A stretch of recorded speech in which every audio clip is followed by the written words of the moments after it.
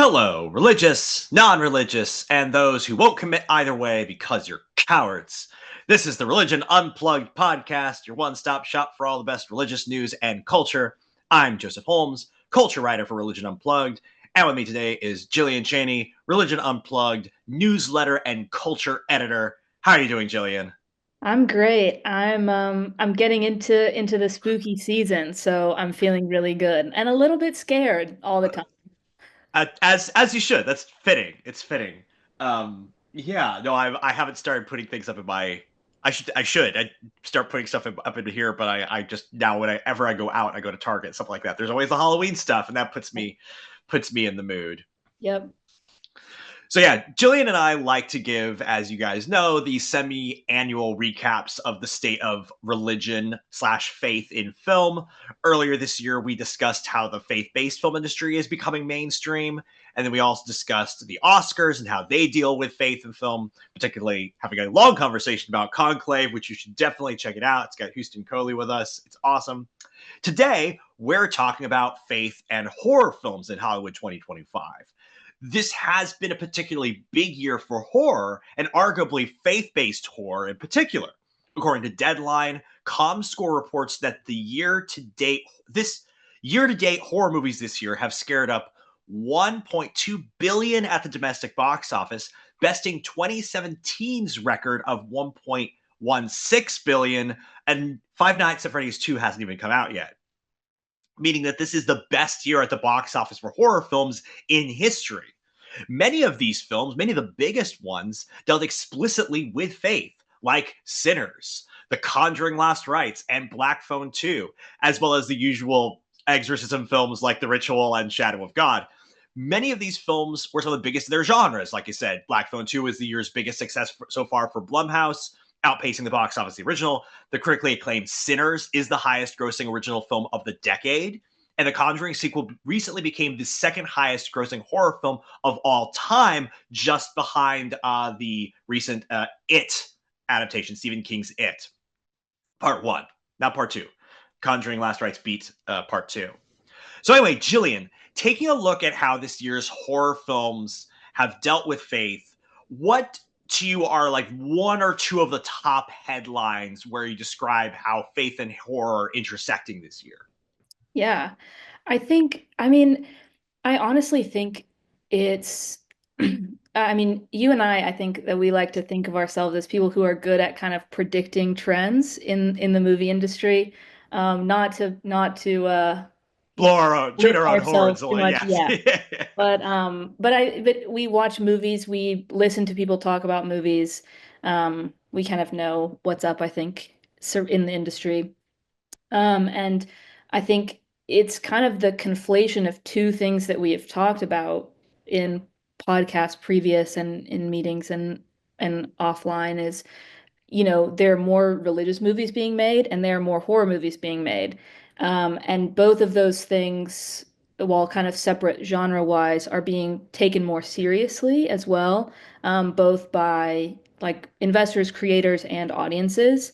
So I think it kind of only stands to reason that there would be more religious horror films that are being made, especially because, I mean, horror has several genres in itself, but religious horror is kind of ground zero for horror. I mean, to me, like that's, you know, demons, Well, I ghosts, mean, all the that for kind of stuff based in, yeah, in religious text and in ways that people practice their faith. So yeah, I think it makes total sense that is a trend that we're seeing more of and like pieces of art that we're seeing more of. you make an excellent point because there's never been a time where the horror genre wasn't to some degree tied to faith.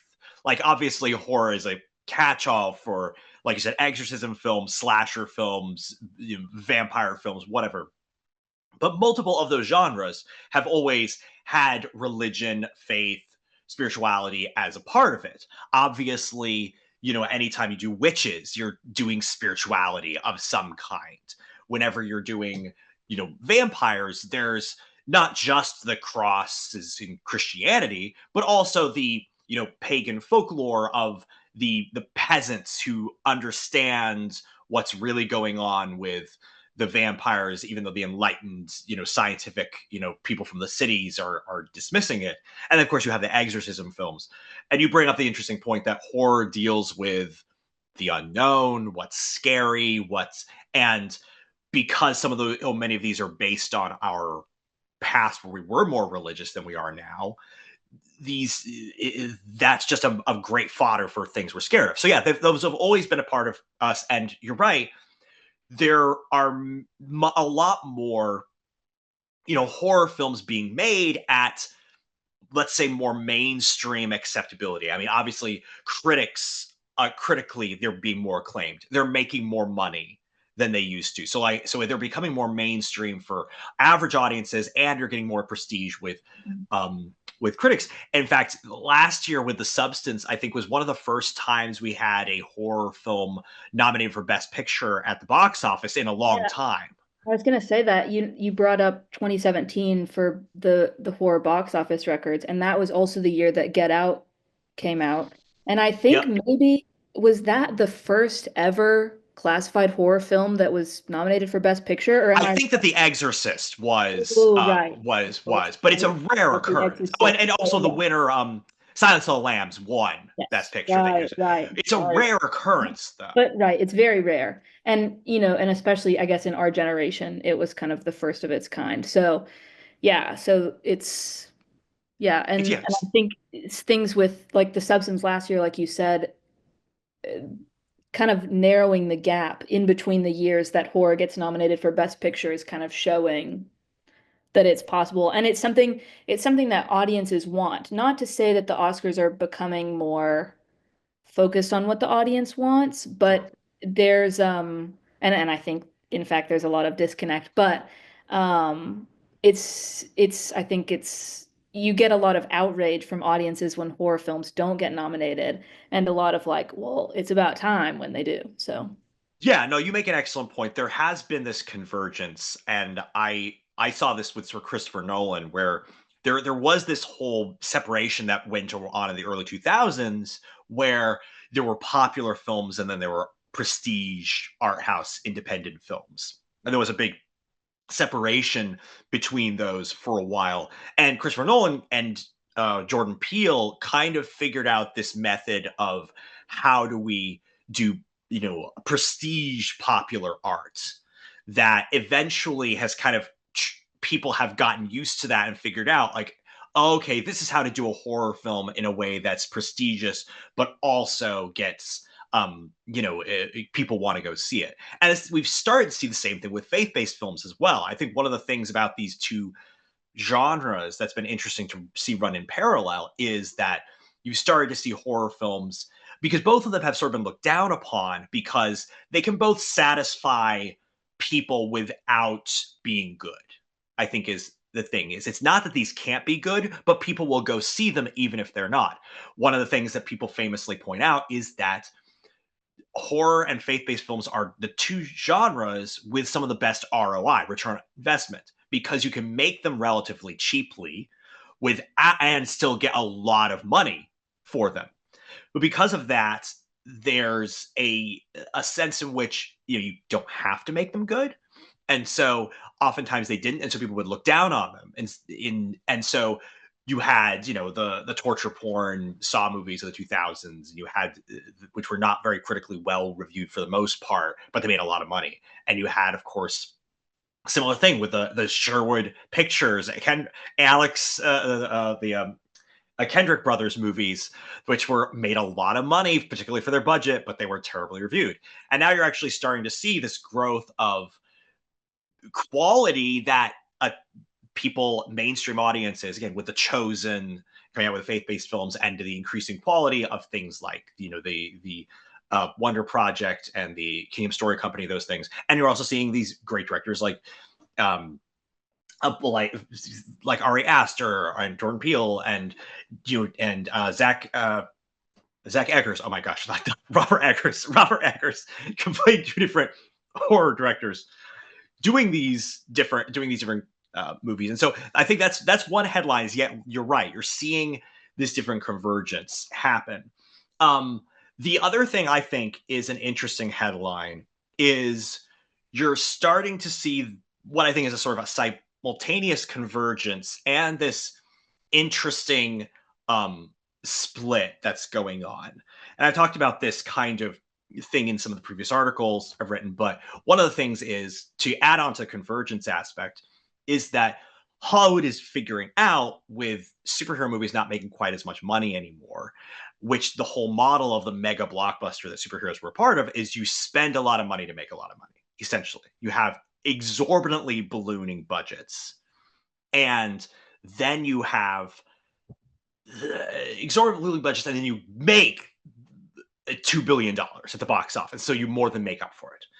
And now that superhero movies are not super reliable to make back that ridiculous amount of money, I think that there is a excitement around things that you don't have to spend a lot of money in order to make a lot of money, that faith-based films and horror films are starting to show that they can provide. So that's interesting convergence. The place that I think is interesting is there's always been a separation between horror and faith-based films. They've never been the same audience. And there's a lot of different reasons for that. The faith-based movies have been built around comfort, essentially. They've been, inspirational dramas. They've been family-friendly. They've been all these things. The horror films are based around not making you uncomfortable, like scaring you. And they've been R-rated and things like that.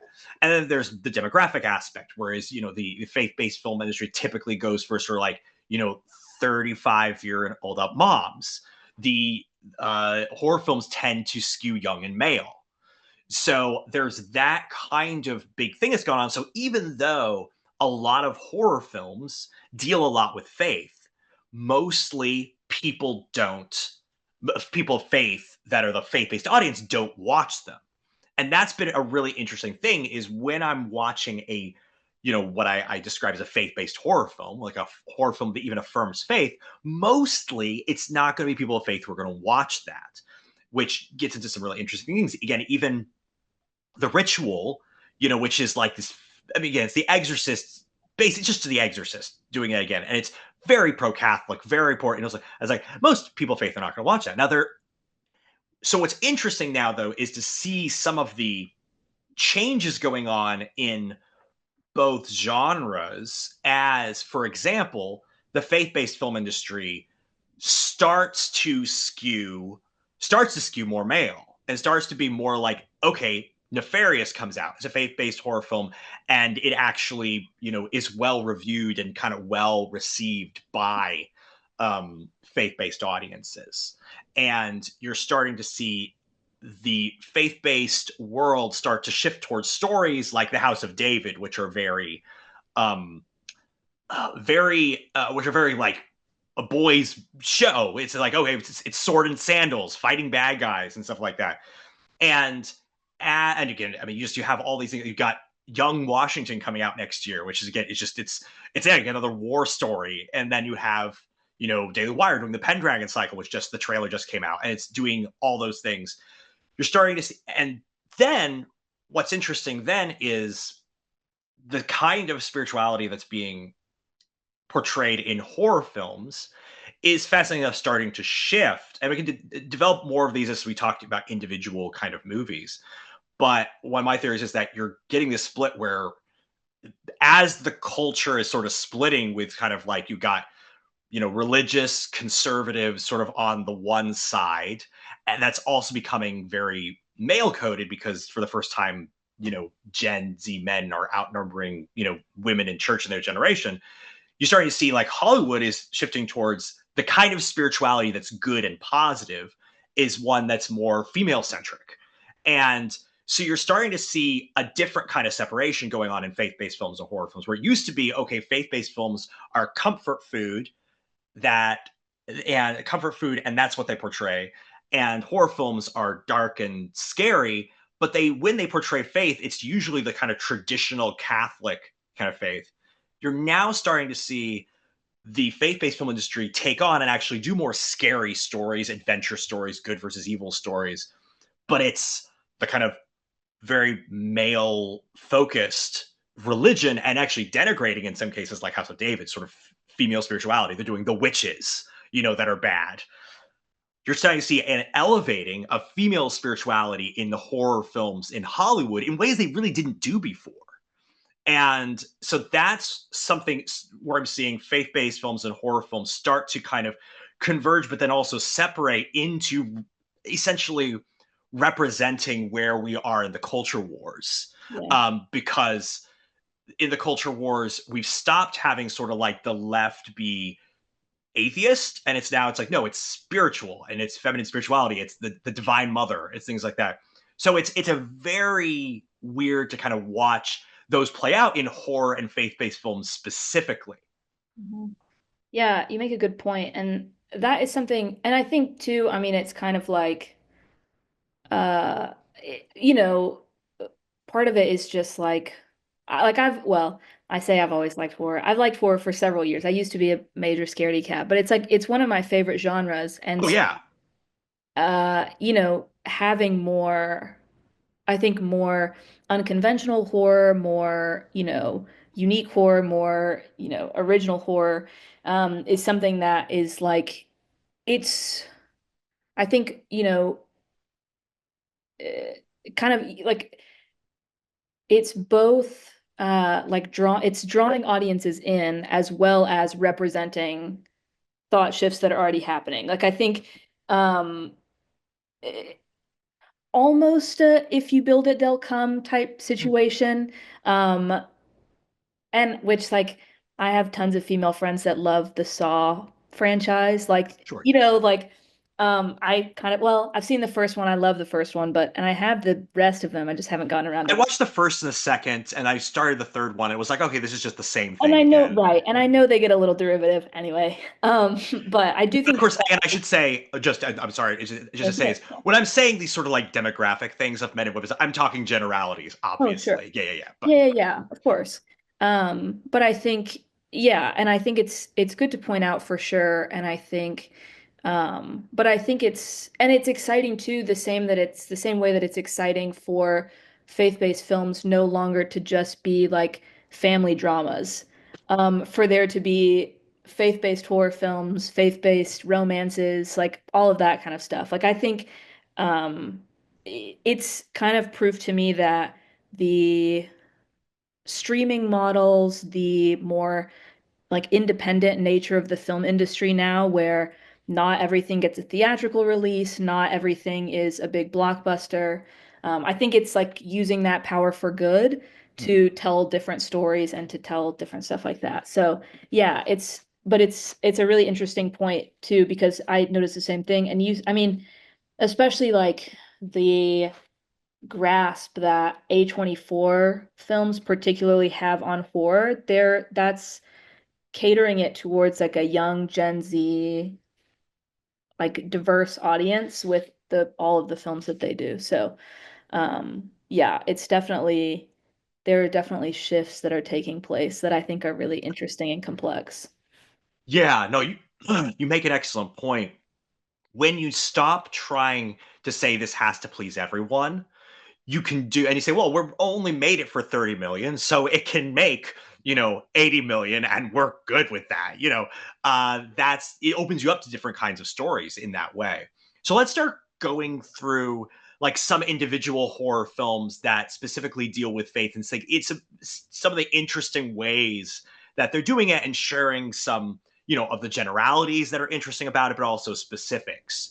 Yeah. So why don't we start out with your thoughts like on Sinners? That was like the big Yeah. one of the year that was Yeah. very religion focused in a variety of ways. What are some of your first thoughts on that and how that dealt with its subject matter contextually? Yeah. I love it. One right up my alley. I love vampires. That's like maybe number one favorite horror trope. If not number one, like top three. I just think like I don't know, everything about vampires is very cool, and I love a good kind of classic monster. So right up my alley from the beginning. But I also think it's really well made. I think like um there's something to be said about we've kind of talked about blockbusters and how that changes and stuff. I think the fact that Ryan Coogler is a Marvel director who made Black Panther, which I would say is probably one of the, if I can be a little controversial, one of the last good Marvel movies. Um, It's not as controversial a statement as I wish it oh, it's was. not. No, you're right. Um, but like that movie is great, and I think you know, where like Black Panther was kind of adapting from a Marvel property, this kind of has the Marvel Sinners has the Marvel quality to it while being completely original. And I just think that that's phenomenal. Like I think that that's a really hard thing. I think that Marvel is having a hard time capturing that right now. And so to capture that kind of Marvel spirit in a movie without using a spin-off or a one-off comic book character, like just with original storytelling. I love it. Like that is like something that it makes me respect the movie.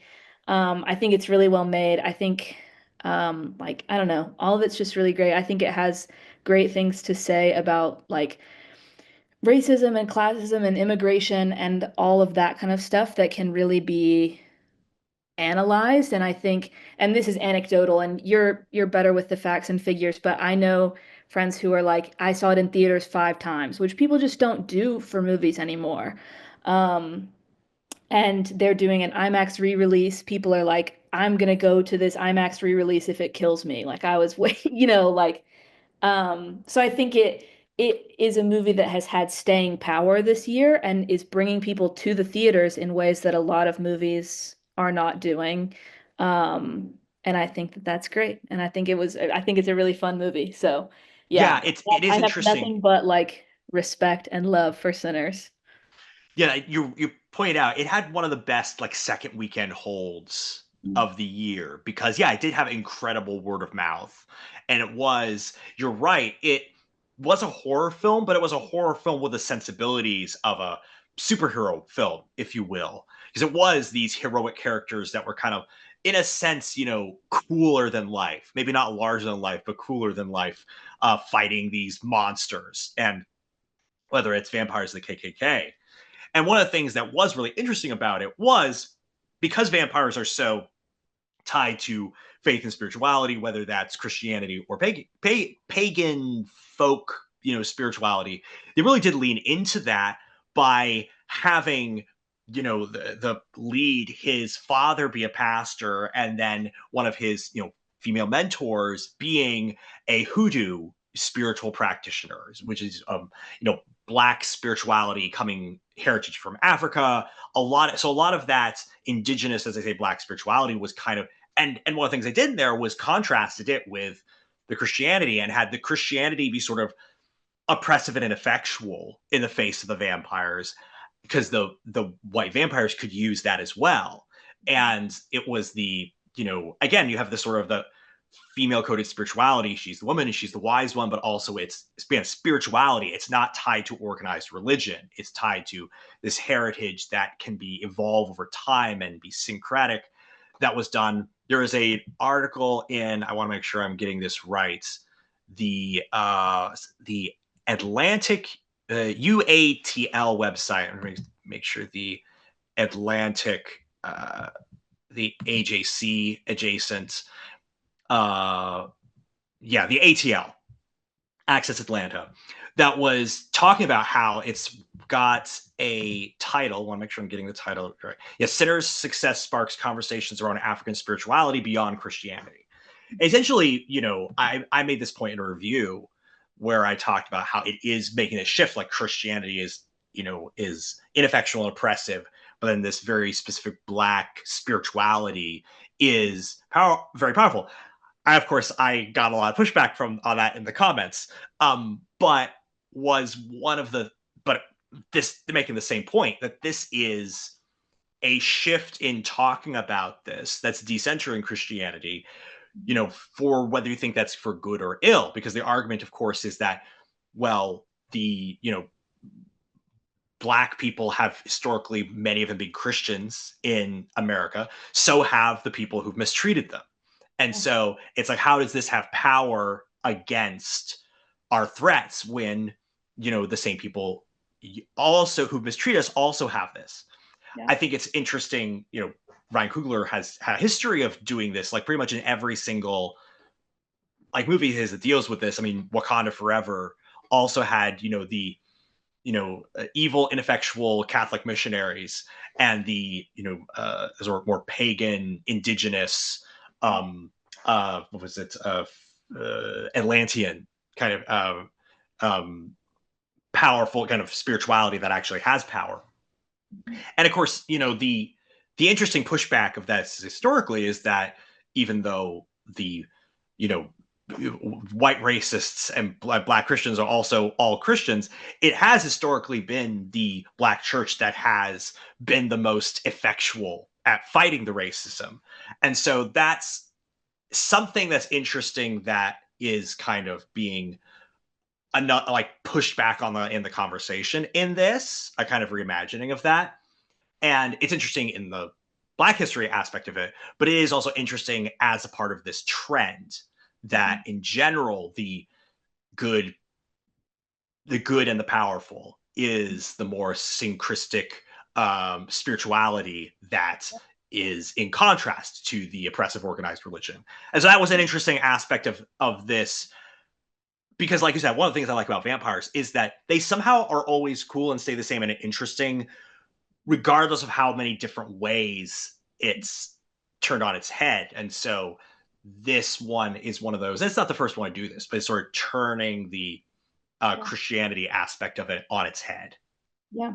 And I think to kind of just to, I don't know, take it a step further.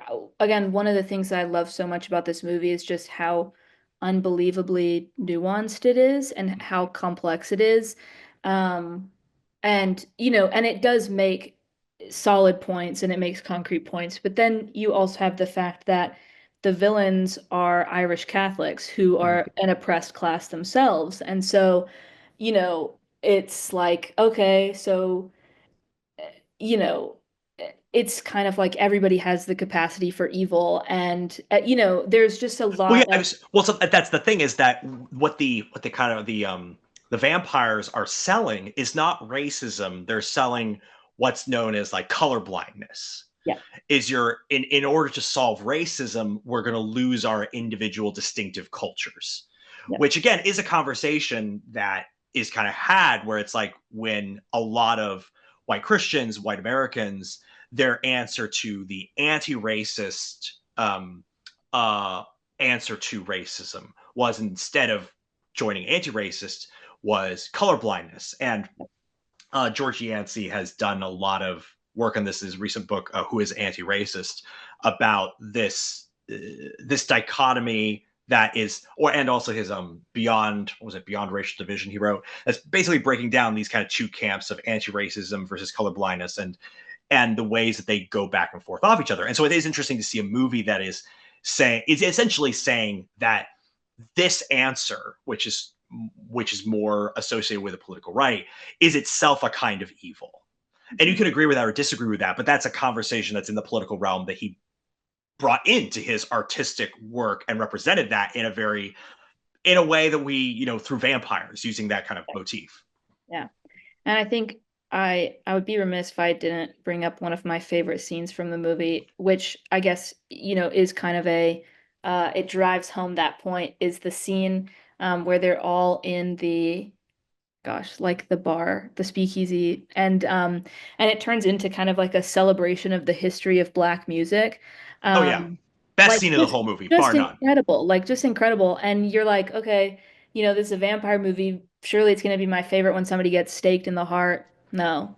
It's like it's this scene that's like beautifully representing centuries of like Black diaspora music. Just incredible. And I think that kind of pulls in both, both the spirituality, the Christianity, the secular, the beyond, that I think the movie like weaves in really well. Yeah, I just think it's very good and it's very cool. And for that to be in a movie again about vampires, it's like you wouldn't think that it would work, but it really works. Yeah, it does. Okay, Yeah. so moving on to, I say, another one of the big faith horror of the year is Conjuring Last Rites. Yeah. Obviously, that's a more recent one, but that's again, it's the second highest grossing horror film globally of all time. It's a part of the Conjuring franchise that's been around with us for like a decade now. And so, what to you strikes you as kind of now that this franchise is over, but it's over on like the highest note that it Yeah. could possibly go on? What do you think is sort of the appeal of the franchise overall, and what does its kind of continued success kind of signal about what people are responding, continue to respond to with it? Yeah. The Conjuring is an interesting one because I said something earlier about, how like it's good that faith-based movies aren't all just family dramas. But what's interesting about The Conjuring is that they really are that style of family drama when you boil it down to its most basic parts, like loving husband, loving wife, ultimate partnership, like, some marital issues, but nothing that they can't overcome together. Just all of that kind of thing. I think so. It's interesting because we've kind of talked about the different audiences that will and won't go see these type of movies. And you would expect, I mean, you wouldn't expect faith-based audiences to go see these movies, but I guess you wouldn't expect like secular audiences who don't really have strong leanings about the nature of marriage or family to care that much about these characters. But they do. And, and I think the continued success of the franchise has shown that. And I think, at least, again, this is all anecdotal and what I know from conversations that I've had, but it's kind of the ones that break out from Ed and Lorraine that do the worst. Like, Mhm. nobody cares because Ed and Lorraine are like the heart of the franchise and they're, what keeps it going. I think also, I mean, just as a, as a kind of side note, they're well-made movies. They're properly scary. Like people will go see a movie that scares them. They have you know, like they're really good about jump scares. They're, I don't know, all of that kind of thing. So that is probably reason one for why people keep going back is because they're just good movies, and they're scary, which is what people want when they're going to see a movie. And I think that they have over a decade, right, of making consistently scary movies. And most people that are going to see these horror films like want to be scared, like want that adrenaline rush and all that kind of thing. But it is interesting because I feel like beyond that, they're a little bit of an antithesis to what audiences would normally want or expect. I think you really hit the nail on the head. I mean, obviously, first of all, we've talked about the growth of the prestige horror film, but this has consistently kept that thread of being a popcorn horror film. Like I said, people are going to see this because, like, I want to get scared. I want to have the creepy hallways, and the homes, and all of those things. And so it really has kept that bread and butter there. But you also make an excellent point. It is that union of the faith-based genre world and the horror film world, and it's one of the only films that is combining the sensibilities of those audiences.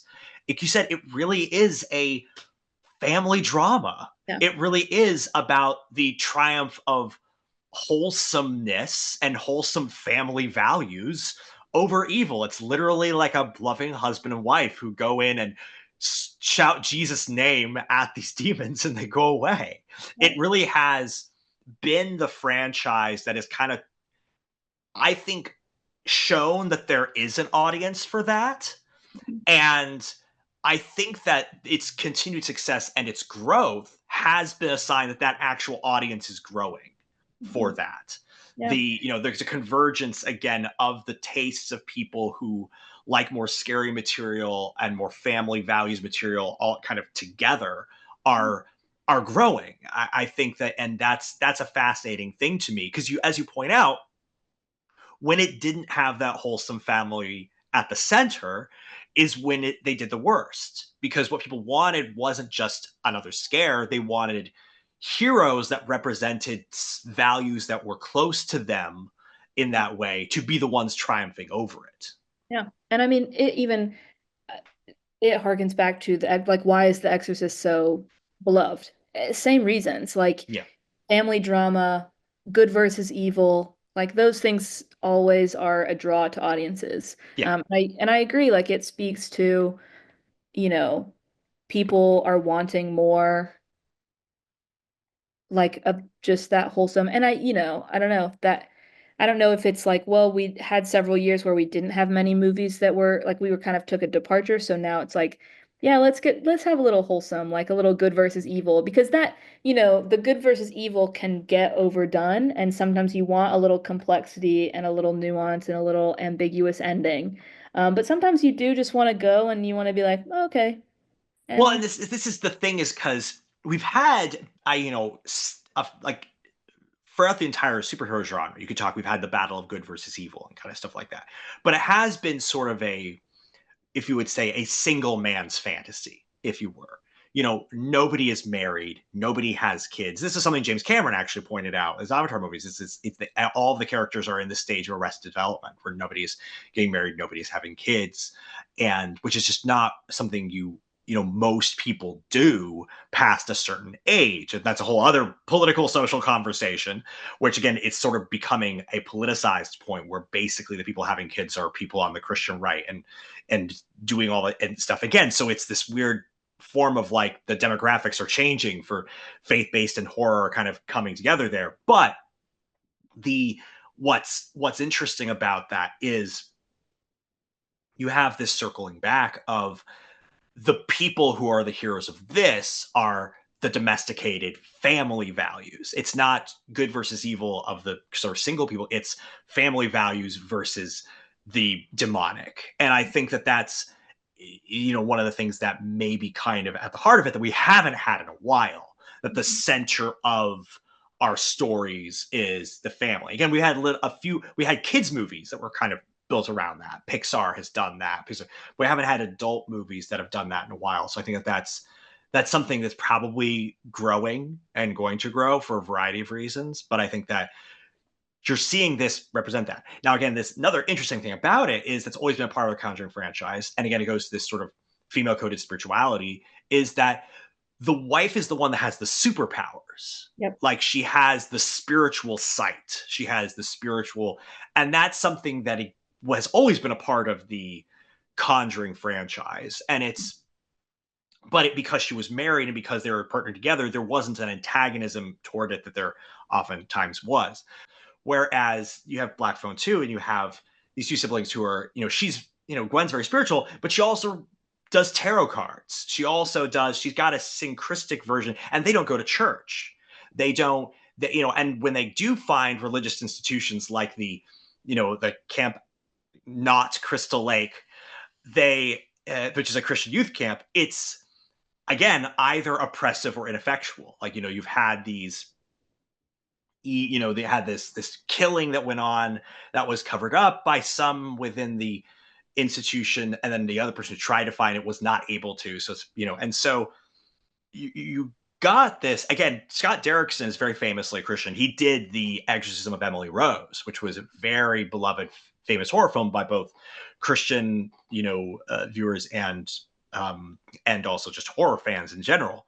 And it's been interesting watching his evolution because he's always a Christian kind of Hollywood film director, but he had a falling out with the Christian community over politics around a certain particular president. And so you can kind of watch his evolution of him kind of moving from someone who kind of respects the establishment of the church to somebody who really kind of is like this personal spirituality is more positive and more powerful. And again, it's does this pattern of how the Hollywood horror movies are portraying this, even as they're portraying again the realities, like hell is a real place where the bad guy goes that comes back. The heaven is a real place, good, and Jesus. I mean, Gwen prays to Jesus, but she also reads tarot cards, and which is again, you're looking at these trends that Ryan Burge has talked about on, at Religion Unplugged. He writes, he allows us to republish his stuff, and he's a great religion sociologist. Talked about the fact that there is so much about, religion, people being by religion, and then the nuns who are oftentimes very spiritual, but they combine the different kind of religious traditions outside of organized religion. So again, it's another movie that kind of does those trends. um and beyond that, again, there's other themes that deal with, like, again, one of the things that was big in the 2010s was the whole idea of trauma in horror films. So, like, Hereditary, it's family trauma, and Get Out and Us, it's racial trauma, things like that. So, and of course, that was utilized with a lot of these legacy sequels with Scream and Halloween to say, okay, how do we, you know, do a sequel to these that honors the original while still being its own thing? It's like, well, we're going to actually explore what it would be like to go through that. And again, because everybody was talking about trauma and mental health in the 2010s, that became a really potent theme. And you see a lot of that here um, in Black Phone 2, where again, it's the trauma from the first film of being kidnapped by a, serial killer and then dealing with that. Yeah, fair enough. I Yeah, mean, exactly. But then also the kind of legacy institute trauma of the failure of religious institutions to protect people from the wolves in their midst. So you saw Black Phone 2. Any kind of other kind of thoughts about things you were seeing in there in its handling of faith, or just being a good horror film? yeah. I mean, it was wild. I feel like we could record an entire 2-hour podcast just about Black Phone 1 and Black Phone 2. Like I was kind of sitting here trying to formulate my thoughts about the movie, and it's really interesting because I think I don't like Black Phone 2 as a sequel, but I like it enough as a movie. Hmm. I wish that it hadn't been the sequel to Black Phone 1, but like the characters themselves are perfectly primed for the situation they're put in. It's just kind of random because why is the killer from the first movie all of a sudden a spirit? Yeah, Like Freddy where Krueger. Yeah, yeah, yeah. it's It's like essentially, what? Like where and now he can control things in the like he was just a kind of a serial killer before and a yeah. kidnapper. Why is he now like a legion from hell? Which is, it Sure. And but well, the again, it thing, works. Like it kind of works in a weird way, but I wish it didn't because I'm really big on like narrative consistency, and this did not have it. had But none of but that. It it had was zero. but it was really entertaining. It didn't have Um, even internal narrative consistency. It's like, no, wait. So can he hurt them just in the dreams or right, not? Or like, right, but well, this is, I think, for me, the artistic problem with the film, which is alludes to something you just hit on, which is the fact that they had to spend the first half. I actually loved, because it's all just like really subtle, like, okay, I'm dealing with trauma and relationships and awkwardness and all that. And the second half of the movie is just having to explain everything that's happening over and over again because it makes no sense. They have to spend a lot of time with Gwen, like, explaining to us how it does make sense. right. And just like I don't know, like oh my gosh, there was one point where it's like when they're all having this their little conference talking about how they're gonna kill him, and it's like and she's like, I think if we do this, it'll kill him. And they're like, okay. And then it does. Like there's no way that that would work. I don't know. Yeah. But Yeah. No, but and so that's and so I I think guess and yeah. so I think Long this is an story short interest. is that Yeah. I had to suspend a lot of disbelief watching the movie, but it didn't, I don't know, it didn't make it totally worthless to me. Like I still Yeah. there were enjoyable moments. I enjoyed myself watching it. I honestly kind of liked that he was like I liked the grabber as a demon. Like Oh, that sure. villain worked for me. It was weird, but Well, it again, again, Ethan once I Hawke just suspended does my such a disbelief, good, it was okay. yeah. Ethan Hawke does such a good job. I think, Yeah. like, like the moment for me that worked was that where she said, "Well, if you kill me, I'll wake up, right?" And he was like, "Maybe, or maybe not." And just his casualness with which he did it, because it's like acknowledging the whole, if you die in a dream, you die for real, is like a cliche we're kind of familiar with, but it still works. So yeah, there's, but I think we're actually hitting on something else, which is that we are developing sort of two tiers of horror.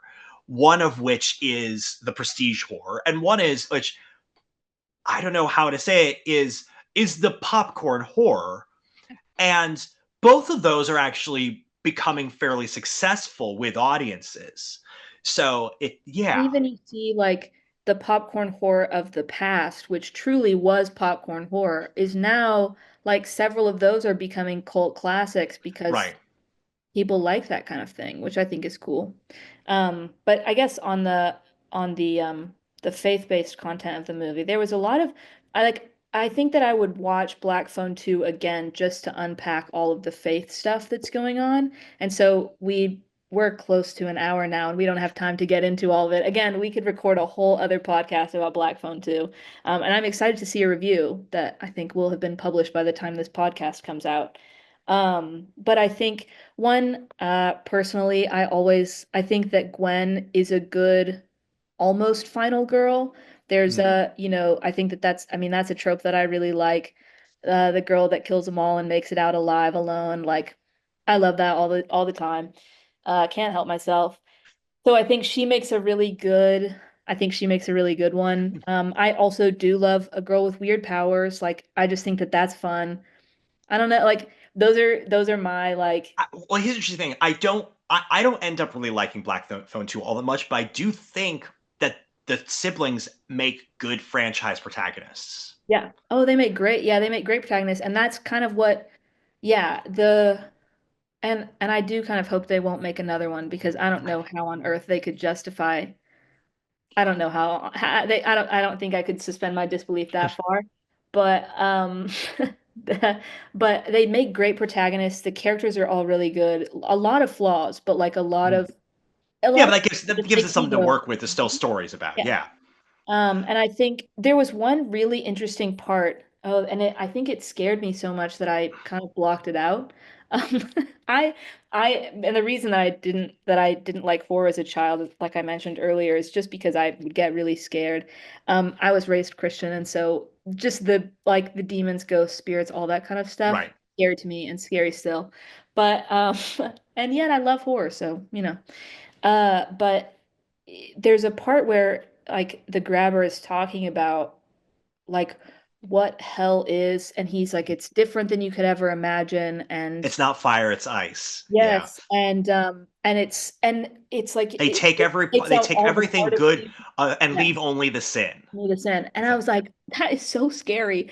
So that like, which maybe that's just an effectual line for Christians no, who well are really that's the Christian, thing but it's is like yeah. that was like such an interesting thesis statement to just drop in the middle of that movie.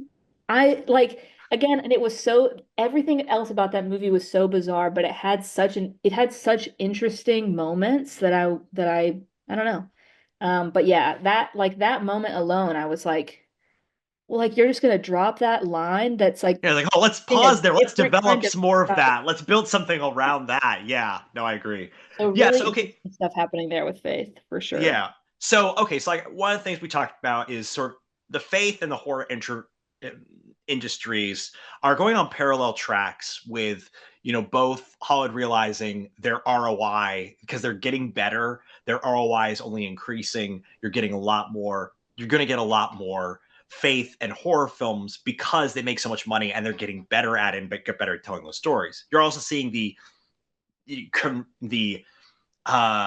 of switching up of audiences so they're kind of representing the places we're kind of at in the culture war right now, and this is an interesting way to see the direction that they're going to go in with the religion versus spirituality thing and the kind of or masculine coded religion, female coded spirituality. Interesting to see where that goes if that continues in that way. And then you're getting this whole thing of but ultimately again horror films are about the things that scare us, Mhm. and Christianity has always been about, and religion in general has always been, how do we deal with the things that scare us? And so it's always been a fertile ground to deal with in our stories. And it's interesting to kind of look at the modern world and say, the movies that we're making tell us what we're scared of and how we think our faith can deal with that. Whether it's sinners saying, Christianity really isn't the answer to this. Organized religion really isn't. It is sort of a more, ethnically kind of tied part of our heritage, spirituality. Whether it's the Conjuring that kind of is representing this kind of wholesome family values religion can conquer the darkness, or whether it's this kind of new emergence of spirituality that kind of rejects institutional religion in its own way. whether or not it's doing that, or whether the ritual is just kind of recycling old stuff, there it's saying something about how we think faith can or cannot deal with the things that scare us, which is why it's always going to be a part of us. It's just going to be interesting to look at how it's done each year and what that's saying about what we think of it today. Any other final thoughts before we wrap this up? Yeah, no, I mean, you make a great point. And I think kind of what I'm interested in is, I mean, in a lot of ways, when we have these conversations, look at The Exorcist as like a blueprint, the blueprint for kind of religious horror. I know there's more, but just in terms of, staying power and in terms No, of nothing has really it, topped it's that. The Exorcist. Um, and that and I think it has so much influence because it is big with religious and non-religious audiences. And it was such a good movie that it brought in everyone. And that movie is ultimately, family drama, good versus evil. Um, Good wins at the end, God wins at the end. So, and I think these movies have that a little bit, not as strongly or as explicitly as The Exorcist, the movies that we've talked about today, that is. Um, I guess I'm just curious, like is there ever going to be a movie that lays the terms out so clearly? What are the nuances that are going to be brought to the table? What are the audiences that are going to be brought to the theater to watch these movies? I think, it's I guess, because we're talking about different audiences going to see different movies and the kind of convergence and separation of faith-based films and horror. I guess I'm kind of curious to see if a film like The Exorcist ever is made, especially in the Mhm. next 3 to 5 years. Like, is there a movie that will bring everyone out, that will be like religiously influential and secularly influential? Um, I think, The Resurrection of the Christ, part one and right, two, right. which apparently is Jesus going to hell. Oh, So yeah, that could be like something that's like faith. You could consider faith-based horror. sure. And if that isn't a harrow based on the Catholic harrowing of hell thing, by the way, it's just like he's not just pulling that out of his hat. But the Yeah, but that's one thing I guess for the future. I'm wondering is that going to be a thing that's as big as Passion was originally, yeah, but bring in secular audiences in the way of The Exorcist. That's my one thing that I think has the potential in the future. If you should do that we know about. But you're right. Nobody saw The Exorcist coming, right. But I think that as more and more people, as people of faith get better at telling their own stories, I think that we may see more examples of the kinds of movies like The Exorcist getting made, and therefore more opportunities to have a mainstream religious horror hit. At least that would be my hope. Yeah, But well, awesome. Well, thank you so much, Jillian, yeah, thank for you. talking with me about this. Again, I always enjoy our conversations on this and always bug our boss to give us another opportunity to do that. So this is really Yeah, fun. And yeah, so thank you all for joining us today. This is the Religion Unplugged podcast, your one stop shop for all the best religious news and culture.